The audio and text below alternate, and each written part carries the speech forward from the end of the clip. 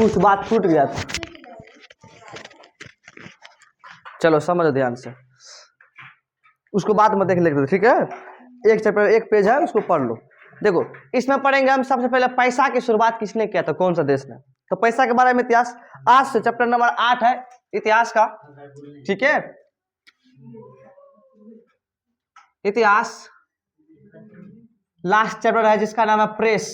क्या नाम है बताओ, प्रेस और सांस्कृतिक। क्या है ये, सांस्कृतिक एवं राष्ट्रवाद, ठीक है। ये चैप्टर संस्कृति एवं राष्ट्रवाद, ठीक है। प्रेस, संस्कृति और एवं राष्ट्रवाद, समझ ध्यान से। सबसे पहले इसमें हमें क्या पढ़ना है, 105 एडी की बात है। कितना ईस्वी, 100 अर्थात 105 ईस्वी। कितना ईस्वी बताओ, 105 है, मतलब जब ये इतिहास शुरू हुआ था ना, यानी ईसा मसीह के 100 जैसे जन्म हुआ, उससे पहले वाले चीज कहलाता है बिफोर, ये कहलाता है एडी। अभी जो चल रहा है ये क्या है, एडी। इसे हिंदी में कहते हैं ईस्वी। क्या कहते हैं, ईस्वी, ठीक है। सुनो ध्यान से। चीन के एक नागरिक जिसका नाम था टस प्लाई लून। क्या नाम था, क्या नाम था बताओ, टस प्लाई लून। इन्होंने कपास एवं मलमल की पहाड़ियों से, मतलब पट्टियों से, किससे, पट्टियों से, मलमल समझते हो। इन्होंने क्या किया 105 ईस्वी में, कितना ईस्वी में, 105 ईस्वी में टस प्लाई लून, टस प्लाई लून। ये कहाँ का नागरिक था बताओ, चीन का। कहाँ का था, चीन का। वहां मैप में देख लो चीन, ये रहा भारत के जस्ट ऊपर में क्या है, चीन। समझ में आ रहा है। तो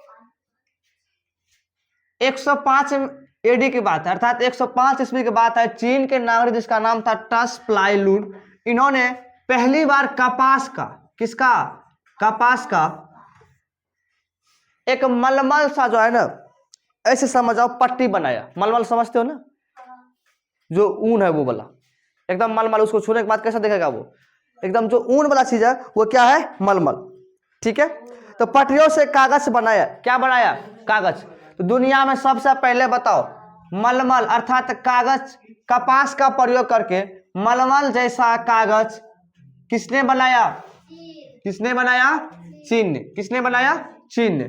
आप बताओ जब कागज चीन बनाएंगे तो रुपया कौन बनाएगा सबसे पहले, चीन। रुपया कहां बना सबसे पहले, रुपया तो चीन में। कहां बना, चीन में। चीन के बाद तब उसके बगले में जो देश है, यहाँ बगल में देश है जिसका नाम है जापान। क्या है, जापान। उसके जस्ट बगल में यहाँ पर कोरिया। पहले कोरिया एक ही था, अब कोरिया दो हो गया। कोरिया मतलब देश है ये, ठीक है। उसका दो हिस्सा हो गया, जापान, जापान के बाद कोरिया। सबसे पहले दुनिया में मुद्रा कहां बना, चीन में। कागज किसने बनाया, कागज किसने बनाया, चीन ने। उसके बाद जापान, उसके बाद कोरिया, फिर पूरी दुनिया में फैल गया, पूरी दुनिया में फैल गया, ठीक है। ये कितना ईस्वी की बात है, 105 ईस्वी में टस प्लाई लून नामक एक चीनी नागरिक ने क्या किया, कपास से मलमल का जो है, मलमल के जैसा एक पट्टी बनाया, अर्थात कागज बनाया। क्या बनाया, कागज। और रुपया फिर वही बना चीन में। उसके बाद कहाँ बनाया, जापान में और कोरिया में। बताओ 1241 में चीनी नागरिक ने क्या बनाया, किसका सिक्का बनाया, पी सेंग। क्या नाम था उसका, पी सेंग। क्या नाम था बताओ, पी सेंग। इन्होंने किसका निर्माण किया बताओ, मिट्टी के मुद्रा बनाए। किसका मुद्रा बनाए, मिट्टी का मुद्रा। कहाँ का नागरिक था ये, चीन का। कहाँ का था ये, चीन का। उसके से अब इस पर जो किताब पर हम लोग हाथ को एकदम रगड़ते हैं तो ये हमें मलमल सा महसूस होता है, मूवेबल मतलब फिसलन करता है यहाँ पर। जब फिसलन करता है तो बताओ सबसे पहले कौन ऐसा बनाया होगा, तो कहेंगे कोरिया के लोग। कहाँ के लोग, कोरिया देश है, ठीक है। तो सबसे पहले कोरिया के लोग ने किसका निर्माण किया बताओ? मूवेबल। 13वीं सदी की बात है कि वहां पर इन्होंने एक बढ़िया सा पुस्तक छापा जो बढ़िया मूवेबल था। क्या था ये? जो मूव कर सकता था। मूव समझते हो ना, फिसल सकता था, ठीक है। एंड देखो ब्लॉक प्रिंटिंग, एक प्रिंटिंग आया, प्रिंटिंग समझते हो ना, छापने वाला, ब्लॉक प्रिंटिंग। इसकी जो है निर्माण 1336 ईस्वी में जर्मनी में हुआ। पेपर मिल समझते हो ना, पेपर जो आजकल अखबार जो होता है, ठीक है। पेपर मिल की स्थापना कब हुआ था? 1336 ईस्वी में। पहली बार कहां पर? तो कहेंगे सर जी जर्मनी में। कहां हुआ था? जर्मनी में। पेपर मिल की स्थापना कब हुआ था? 1336 ईस्वी में जर्मनी में। कहां पर? 1336 और जर्मनी में। समझ में आ रहा? अगला आया ब्लॉक प्रिंटिंग के बारे में समझो ध्यान से। स्याही से लगे काठ के ब्लॉक या तख्ती पर कागज को रखकर छपाई करने की विधि को ब्लॉक प्रिंटिंग कहते हैं। सुनो ध्यान से। एक तख्ता होता था, ठीक है, और तख्ता के बगल में यहां पर इंक होता था। उसमें डालते थे वो अक्षर को कि इसको छापना है। वहां से इंक लिया और तख्ता पर यहां पर कागज को डालते थे, समझो ध्यान से। और डालने के बाद ये क्या करते थे? उस इंक को छापते थे। जैसे इस मार्कर में हम दिए ना इंक, और इसको चलाने के लिए दिमाग की आवश्यकता होते हैं। यहां पर लिखेंगे रामायण, तो ये लिख देगा रामायण। ठीक उसी प्रकार से इसमें इंक डाले हैं, तो पहले भी यही मशीन आया, उसे कहा गया ब्लॉक प्रिंटिंग। क्या कहा गया बताओ? Block printing. क्या कहा गया? ब्लॉक प्रिंटिंग, ठीक है। तो ये प्रिंटिंग एक ऐसा प्रिंटिंग था जो इसके बगल में क्या था बताओ? स्याही। क्या था? स्याही क्या होता है बताओ? कहेंगे सर जी इंक। तुम लोग हिंदी तो नहीं है समझते हो, इंग्लिश समझते हो। इंक, ठीक है, समझ में आ रहा है? तो स्याही अर्थात उसके बगल में इंक था, इंक को वहां पर लेते थे और बगल में वहां पर छापते थे वो, ठीक है, तख्ता पर पेज को रखते थे। उसके बाद यही छापने वाले प्रोसेस को हम लोग क्या कहते हैं? Block printing. क्या कहलाते हैं? समझ में आ रहा है? एक आया सस्ती मुद्रण तकनीकी। ये क्या था? सस्ती मतलब अब क्या लगता है ये कम खर्चा में होगा, जो कम खर्चा में बन जाए। ये 1430 के दशक में बना। सस्ती मुद्रा तकनीकी कब बना बताओ? 1430 ईस्वी में। कितना ईस्वी में? 1430 ईस्वी में। कितना ईस्वी में? अब देखो एक आया स्ट्रेस वर्ग के योहान गुटेनबर्ग ने दिया, और देने वाले कोई व्यक्तित्व होगा ना, ये था स्ट्रेस वर्ग के योहान, स्ट्रेस वर्ग के निवासी थे जिसका नाम था योहान। क्या नाम था? योहान। इन्होंने जो है सस्ती मुद्रण तकनीकी की शुरुआत किया। कौन? स्ट्रेस वर्ग के योहान, ठीक है।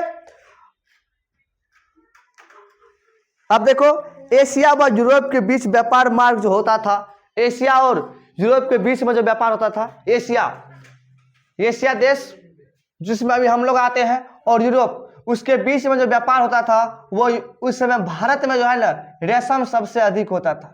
क्या होता था? रेशम। तो इस मार्ग को कहा गया रेशम मार्ग।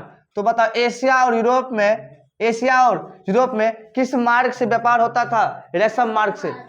किस मार्ग से? रेशम समझते हो? धागा होता है। रेशम क्या होता है? एक धागा होता है। अब देखो गुटेनबर्ग कौन था? जर्मनी के मैनेजर था। गुटेनबर्ग कौन था बताओ? गुटेनबर्ग कौन था बताओ? जर्मनी का गुटेनबर्ग कौन था बताओ? अब देखो इतना बात समझ में आया। मुद्रा की शुरुआत कहाँ हुआ? चीन में। कागज किसने बनाया पहली बार? चीन ने। एशिया और यूरोप के बीच में कौन मार्ग से व्यापार होता था? रेशम मार्ग से। कौन सा मार्ग से? रेशम मार्ग से। कौन सा मार्ग? रेशम मार्ग। अब बताओ क्या कहते हैं? धातु के मूवेबल अर्थात जो मूव कर सकता था, टाइपो द्वारा प्रथम पुस्तक कौन सी सदी में छापी गई थी? 13वीं सदी में। कौन सदी में? कौन सदी में? 13वीं सदी में छापी गई थी। किसी को दिक्कत?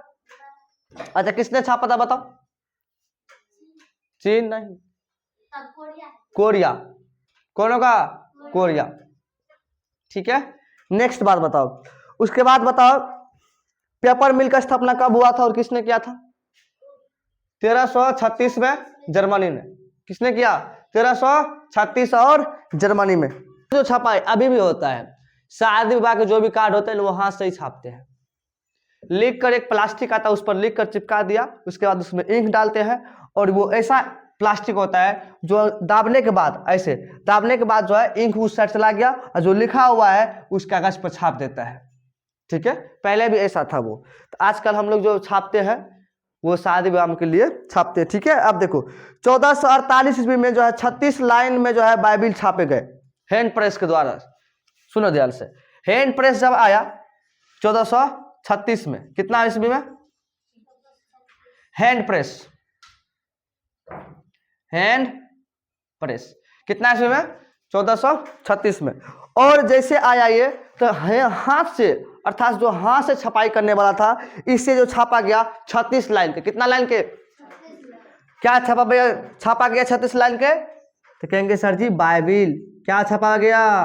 बाइबिल। कितना लाइन का? 36 लाइन का। कितना लाइन का? 1436 ईस्वी में जो आया बाइबिल कितने लाइन की थी?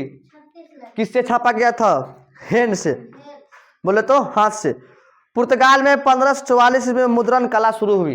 पुर्तगाल देश है, वहां पर जो मुद्रण की शुरुआत हुई 1544 में। पुर्तगाल में कितना ईस्वी में? और यही पुर्तगाल था जो 1498 में भारत आया था। 98 में रे, आप 92 में अमेरिका। ठीक है, उसके बाद मार्टिन लूथर कौन थे? सुन ध्यान से।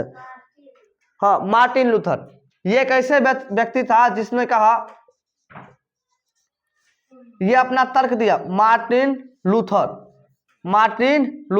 ये क्या कहा? सुनो ध्यान से। इन्होंने कहा कि मुद्रण ईश्वर की दी हुई महानतम देन है, सबसे बड़ा तोहफा है। क्या कहा बताओ? मुद्रण ईश्वर की दी हुई महानतम देन है। मुद्रण क्या है? मुद्रण ईश्वर की दी हुई महानतम देन है। ठीक है, मुद्रण ईश्वर की दी हुई महानतम देन है, सबसे बड़ा तोहफा है। सबसे बड़ा किसने कहा? Martin Luther. किसने कहा बताओ? क्वेश्चन पूछता है, मुद्रण ईश्वर की दी हुई जो है महानतम देन है, सबसे बड़ा तोहफा है। किसने कहा? बताओ? किसने कहा? Martin Luther. आप देखो 15वीं सदी के मध्य में न्यूयॉर्क शक्तिशालित हो गया। शक्तिशालित प्रेस प्रति घंटे 8000 ताव छापते थे। सुनो ध्यान से, तकनीकी का विकास धीरे धीरे क्या हुआ? डेवलप हुआ।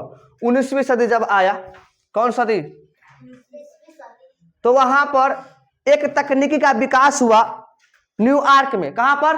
न्यूयॉर्क क्या है बताओ? एक सिटी है। न्यूयॉर्क क्या है बताओ? एक सिटी है। तो यहां पर जो है ना शक्तिशालित, शक्ति मतलब पावर से। शक्ति मतलब क्या होता है? पावर। बोले तो एनर्जी, जो एनर्जी से चलता हो उसे कहा गया शक्ति चालित प्रेस। क्या कहा गया? शक्ति चालित प्रेस, जो 1 घंटा में लगभग 8000 तौ छापे। कितना? 1 घंटा में कितना छापते थे बताओ? 8000 तौ को। समझ में आया? और इसका विकास कहाँ हुआ था? न्यूयॉर्क में। कहाँ हुआ था बताओ? उसके बाद देखो फिर आ गया ऑफसेट प्रेस आया। कौन सा? उसके बाद देखो ये बदल गया। तकनीकी का विकास हुआ, प्रेस का विकास हो गया, लेकिन ये फिर खत्म हो गया। उसके बाद आया ऑफसेट। क्या आया? जिसने 6 रंगों में जो छपाई एक साथ की है। ऑफसेट जैसे आया,